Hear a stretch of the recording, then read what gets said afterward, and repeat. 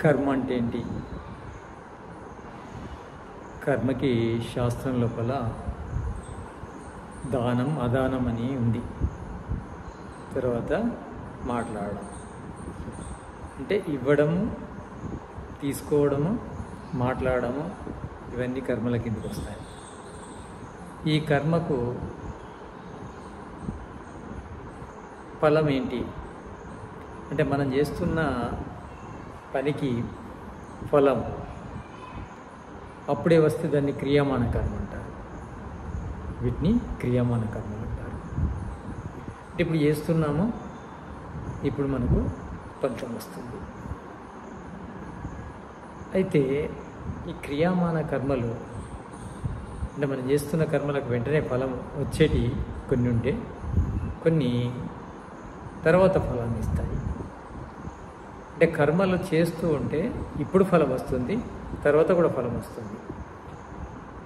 కర్మ ఇప్పుడు ఫలాన్ని ఇస్తే దాన్ని దృష్టం అంటారు, తర్వాత ఫలాన్ని ఇస్తే అదృష్టం అంటారు. తర్వాత ఫలాన్నిచ్చే కర్మలను శాస్త్రం చెప్తుంది. అంటే ఏ కర్మలు చేస్తే నీకు తర్వాత ఫలాలు వస్తాయి అంటే ఇందులో ఫలము అంటే మంచి ఫలము, చెడు ఫలం అని రెండు ఉన్నాయి. ఇప్పుడు ఒక పని చేస్తున్నాం అనుకోండి, దీనివల్ల సమాజానికి ఎంత లాభం జరుగుతుందో అది మనకు అంత పుణ్యకర్మశయాన్ని ఏర్పరుస్తుంది. మనం చేసే కర్మ వల్ల సమాజానికి ఎంత నష్టం జరుగుతుందో అది అంత పాపకర్మశయాన్ని తయారు చేయడానికి కారణమవుతుంది. కనుక శాస్త్రం ఏం చెప్తుందంటే ఏ కర్మ చేస్తే నీకు అది పుణ్యకర్మశయాన్ని నిర్మిస్తుంది, ఏ కర్మ చేస్తే అది నీకు పాపకర్మశయాన్ని నిర్మిస్తుంది అనేది చెప్తుంది శాస్త్రం. అందుకే శాస్త్రాధ్యయనం అవసరం అవుతుంది. దానివల్ల మనము కర్మ చేస్తాం. అంటే మనము ఇప్పుడు ఫలితం ఇచ్చే కర్మలను మాత్రమే చేయడం కాదు, తర్వాత కూడా అవి మనకు పుణ్యకర్మాశయంగా ఏర్పడి సుఖాన్ని ఇవ్వగలగాలి. అట్లాంటి కర్మ చేయాలి.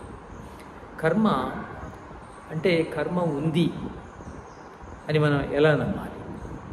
కర్మ ఉంది అని ఎలా నమ్ముతామంటే, ఇప్పుడు ఈ ప్రపంచం లోపల మనుషులందరూ సమానంగా లేరు, జీవులందరూ సమానంగా లేవు. అంటే ఇప్పుడు రకరకాల జంతువులు ఉన్నాయి, రకరకాల పశువులు ఇవన్నీ కూడా జీవులే, మనుషులు కూడా జీవులే.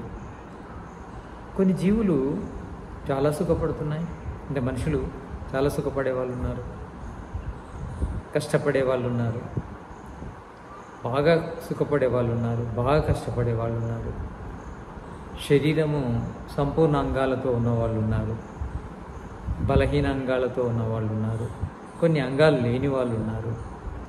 ఈ అన్ని తేడాల వల్ల మనకు పోయిన జన్మ కర్మ ఫలంగానే ఇలాంటి జన్మ లభించిందని మనకు అర్థమవుతుంది. అలా పోయిన కర్మ ఫలము మనకు లేకుంటే ఇప్పుడు అందరం సమానంగానే పుట్టాలి.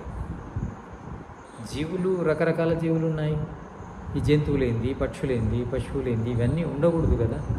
అందరు కూడా మనుషులుగానే పుట్టాలి, అందరు కూడా సుఖపడే మనుషులుగానే పుట్టాలి. అలా పుట్టట్లేదు.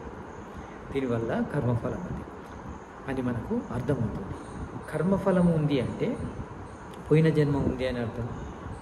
పోయిన జన్మ ఉంది అంటే ఆత్మ ఉందని అర్థం. కర్మ ఫలాన్ని భోగిస్తున్నామంటే పరమాత్మ ఉన్నాడనే అర్థమవుతుంది. అంటే కర్మ సిద్ధాంతం మనకు